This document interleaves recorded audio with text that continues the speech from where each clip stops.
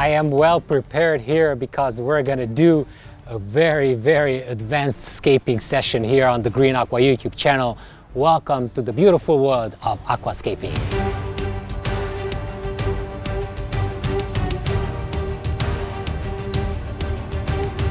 What we're gonna do today, we are going to scape Dave Chow's dismantled tank, but not that tank because we replaced it with a shallow one. I want to open the space towards the gallery from the entrance because as you enter Green Aqua, you will have to see through that tank into the gallery to open up the space for the other tanks in the background. The tank dimensions are 90 by 90 by 30 centimeters, and we drilled 4 holes at the bottom. Each hole has a different role. The first one will be obviously the pressure site for the external filter, the 2080 big Eheim canister filter that rests under the tank.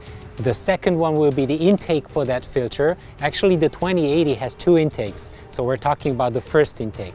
The second intake will be a custom skimmer. The flow of the skimmer can be adjusted from underneath. There's a big tap on there, and I can close the tap partially to ensure that we have optimal flow. We're gonna have cold mist, waterfall, shallow tank, high tech. We have 2 Chihiros lights above it, the Vivid 2 Chihiros lights. It's gonna be a cool project. Stay with us.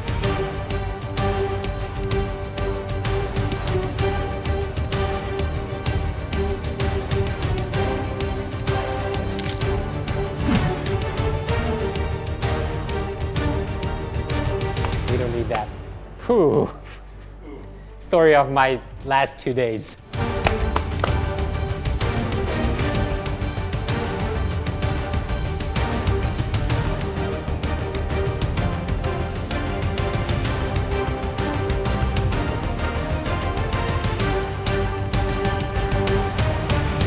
I'm going to start doing the hardscape here and going to start moving the hardscape in one by one as I build it. I don't want to build the whole thing here, so we're going to gradually fill up the tank with hardscape. Don't forget that there are no ready-made rocks available anywhere. What you have to do is you have to construct your layout.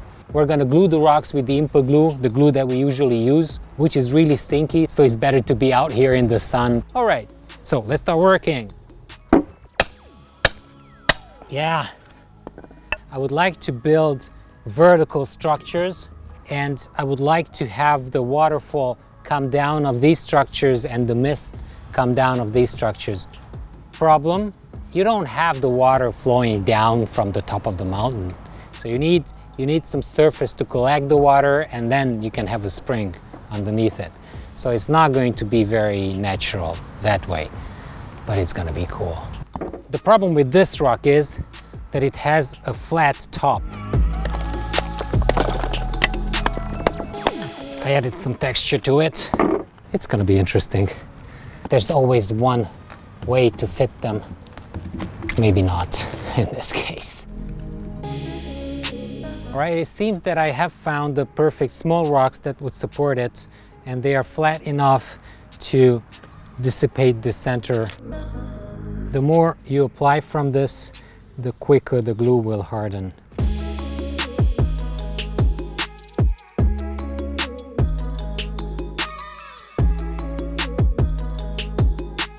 It's like rocket launch time at Green Aqua, the new SpaceX project.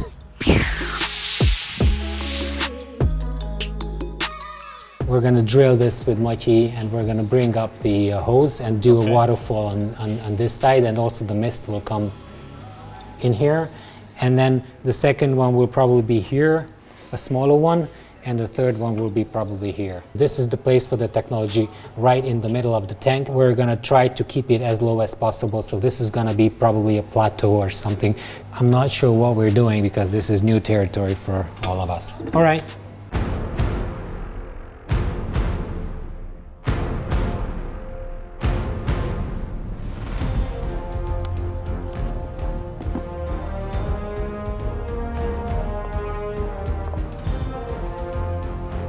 This one is actually ready. I still need big stones that are thin. Very cool. much better.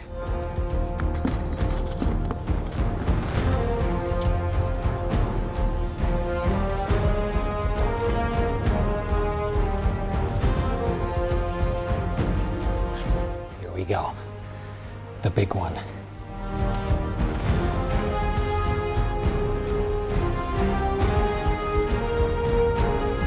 I just realized that it's really difficult to have the tank nicely visible from one angle, because this is like a tank that you're supposed to walk around, so it should look good from all angles. I'm getting rid of this. I glued it in vain. I'm gonna destroy this. I need to thin that. Yeah, one rock just fell off the... Two rocks just fell off the bottom. Oh, much better. And I got a really cool one. I have told you before, I'm going to repeat myself, doing a hardscape is the longest process in aquascaping. It's the most creative and it takes a lot of time.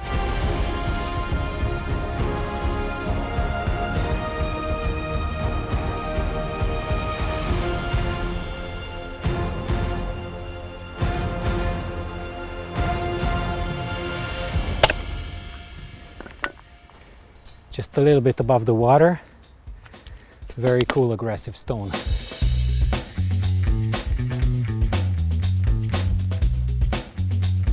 The very aggressive rock, very stable now.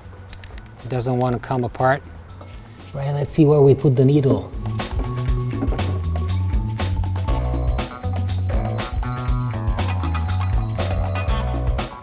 We've got 5. I need probably 4 more to have 9.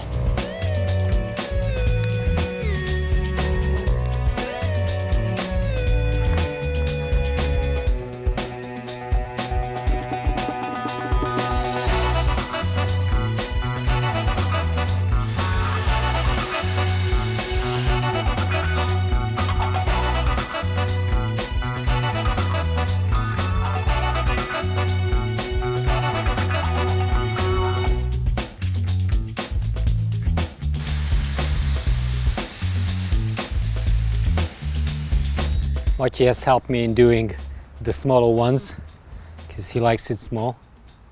Kicsin szereted?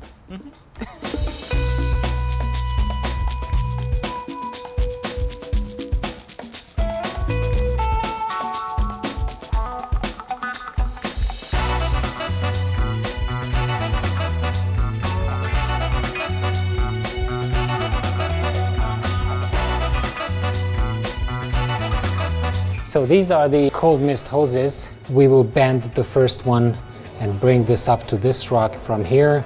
This one is a little bit more horizontal and it will take the hose up by hiding it below this a little bit. And with this one will go to the left here. 1, 2, 3, like that, maybe. We will need to do a 90-degree turn and then bring this tube down this crack here.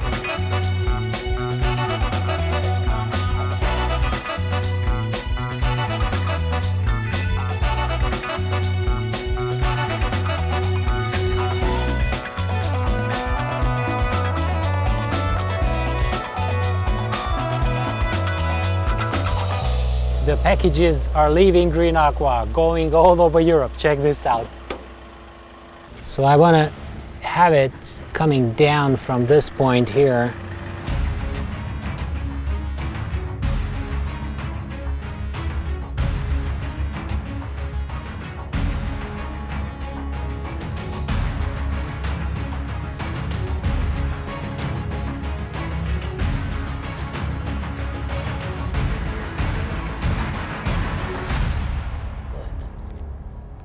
Okay, and the bottom is not ready yet, or we don't know what to do with it.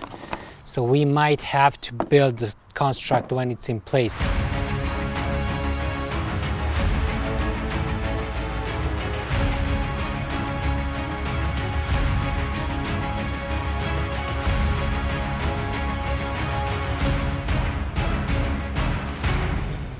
The jail for bad aquascapers. You ruined the scape, you get in there. Day number 2, And my golden ratio t-shirt, my black t-shirt from last day, has been changed in color by the sun. We're gonna continue doing the gluing here today. I'm still missing a main rock from the back that would serve as a waterfall. 42. It's the same with the big one, right? Yeah, this is gonna be cool. We will need to bring it in, see the angle, and then we will be able to install the 4x6 millimeter hoses.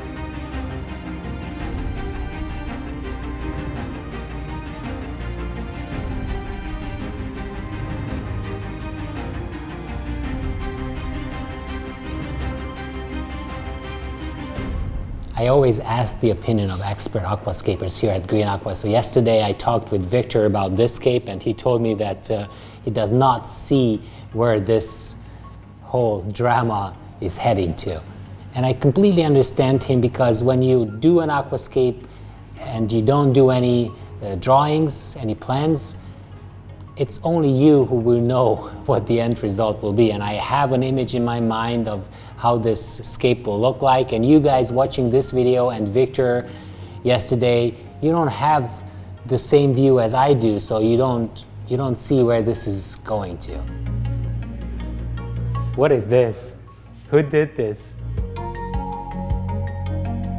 I just wanted to show you some new inspirations, some new styles. So the main goal with this was to do something different. I don't claim to be better or worse from what Dave Chow did. The master obviously has a very unique sense of vision. So I wanted to do something else here now. So this is what we did. You're gonna decide at the end whether you like it or not.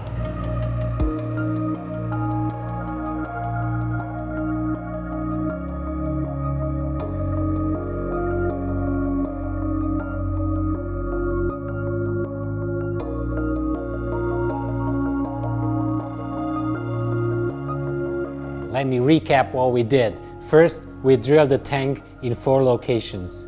All holes have plastic through holes, and we fitted the different things into those plastic through holes, and actually we glued the plastic through holes on to the bottom plate of the tank.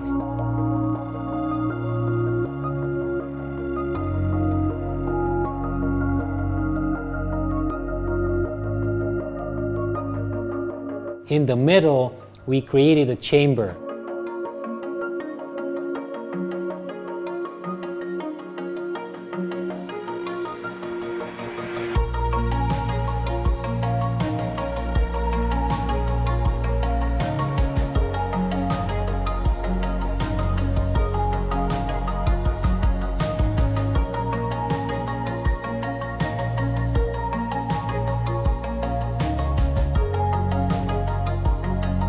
Mist is being taken up through that chamber to the top of this mountain. The volcano is working. I'm gonna remove the cap of the chamber. There you go. You see that the chamber inside there has the submersible pump, has an E-heim tap that we can adjust the big waterfall, which is on the top of the big hill here. And there are 2 small taps which will adjust the water flow on this rock here. And then the second one, which is obviously in the foreground. I'm going to place in the sand, and I'm going to tweak the layout, add some details without gluing. And I'm going to use all the plants that Dave has used in this tank. Oh, and before we move on, I forgot one thing. This tank will not have any clay-based substrate or base layer fertilizing substrate. What I'm going to use here are only plants that would survive without soil. I would say that all of them are epiphyte plants, but they are not. For example, Monte Carlo is not an epiphyte plant, but focus back, Chubby, got it? That is Monte Carlo on the rocks. Artificial cloud.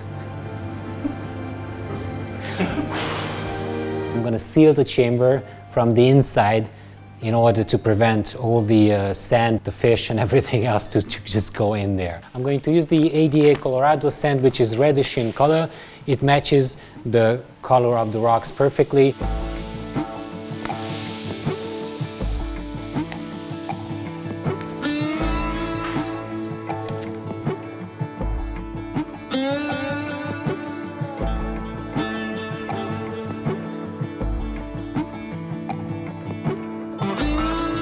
4 bags of Colorado sand just went into this scape, and actually you can see that as the bottom of the scape is hidden, but a lot of detail is lost at the basis of the rocks. So we will have to add back that detail by using small dragon stones.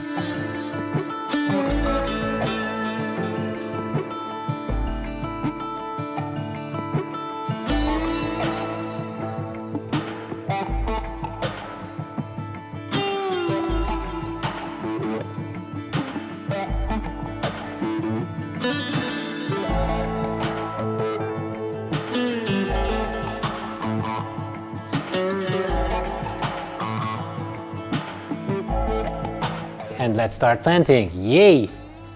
I started by adding the Monte Carlo in the cracks of the rocks. It's a bit suffering because it's been taken out a week ago. Parts of it are very healthy, parts of it are completely dead. And also some hair grass. We will have CO2 injection in this tank. We are using an external reactor here, so it's not going to be a problem. And I don't want to open new boxes because what is Tommy going to say? This Monte Carlo will survive above the water, especially with the waterfall spraying it. And I'm also planting in the sand. Guys, do not be afraid to plant in the sand. It's not by the book, but some plants will survive if they get enough nutrients from the water column.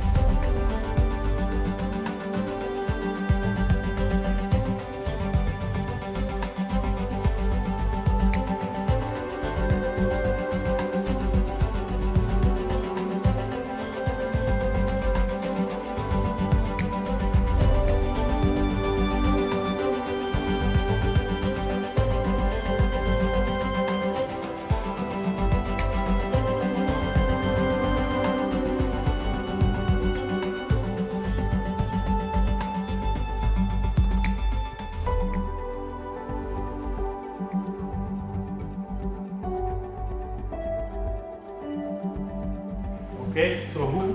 Oh, Ghostbusters! Sandbusters. Sandbusters? Sandbusters.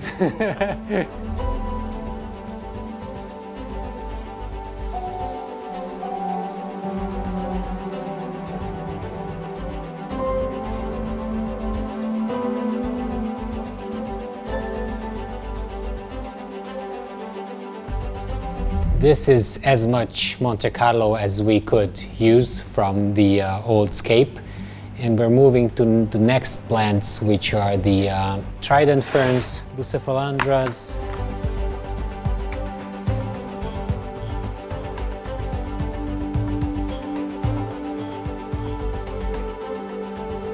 ferns would look good around the big rocks. I think we're finished, guys. We're gonna fill it up with water. Oh yeah. Oh, and thank you, Chihiros, for sending us these vivid 2 lights. They're gorgeous. We love the color rendition. We love the whole look of the aquarium. And not only the color is nice, but you can actually control these lights with a smartphone app.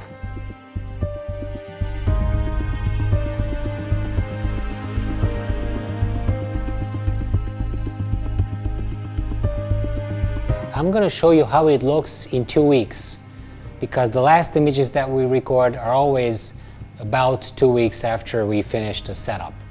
Everything works, nothing leaks. As you can see, the waterfall has started. Thanks for watching the Green Aqua YouTube channel. Thanks for subscribing. If you didn't do so yet, hit that like button if you're happy with the end result. And don't forget that we have a membership where you can support the video production of this channel.